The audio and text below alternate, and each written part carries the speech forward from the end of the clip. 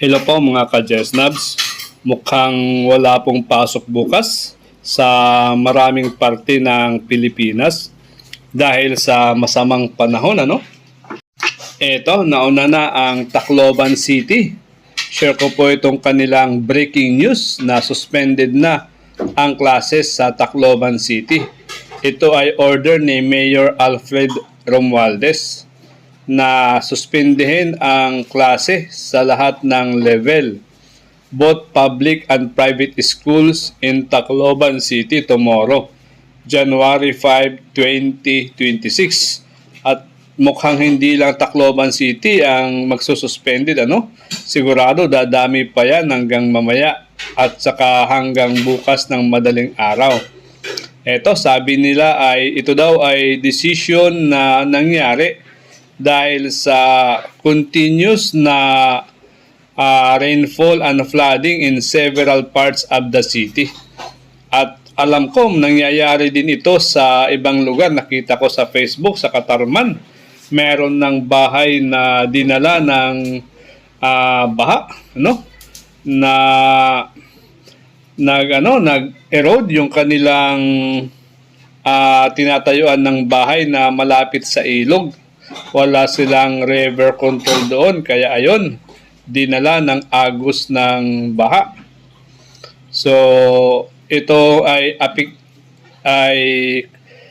dahil sa ongoing shear line na umaapekto sa Eastern Visayas. Ito po yung sa Samar at saka sa Leyte na mga provinces.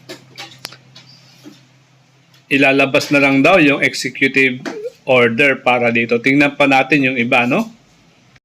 Ito po ang forecast weather condition ngayon, ano? Tingnan po ninyo. Visayas, Palawan, Catanduanes, Albay, Sorsogon, Masbate at saka Romblon. Ito po. Ito yung mga lugar na posibleng walang pasok bukas.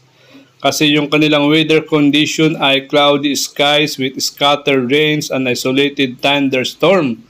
Ito ay dahil sa shear line.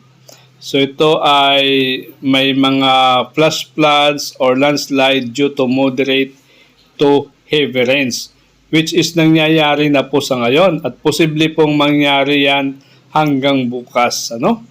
Ito pa, yung sa Caraga ay cloudy skies with scattered rains and thunderstorm din. Ito naman ay dahil sa easterlies, ano? At posible din yung flash floods or landslides due to moderate to at times heavy rains. So, itong mga lugar na ito, posible din na mag-declare na walang pasok sa Caraga, no? Ito yung Cagayan Valley. Yung Cagayan Valley ay medyo hindi naman sila gaano, pero posible din ang mga flash floods or meron ding mga landslides, ano? Yung Cagayan Valley, Aurora, Quezon, Marinduque. Cloudy skies with rains, no? Pati yung Oriental Mindoro. Ito rin ay dahil sa northeast monsoon. At saka the rest of, I think Mindanao yan, ano? No, the rest of Bicol region. No? Sa Metro Manila and the rest of Luzon ay cloudy skies with light rains. So wala pong significant impact. So sure na may pasok dyan sa Metro Manila. The rest of Mindanao, partly cloudy to cloudy skies with isolated rain showers or thunderstorm. Ito ay dahil sa easterlies, possible flash floods or landslide during severe thunderstorm. So, more likely, yung Metro Manila at saka Luzon lang yung siguradong may pasok. Pero the rest of the country, basang-basa po. Basang-basa po yung ibang lugar dahil sa walang tigil na ulan at baha, ano? Kaya possible na walang pasok bukas maliban sa Manila at saka Luzon. Kaya ingat po yung mga guro na tatawid pa ng dagat, ilog aakyat pa ng bundok ay ipagpaliban nyo lang po muna yan dahil sa sama ng panahon. Bye-bye!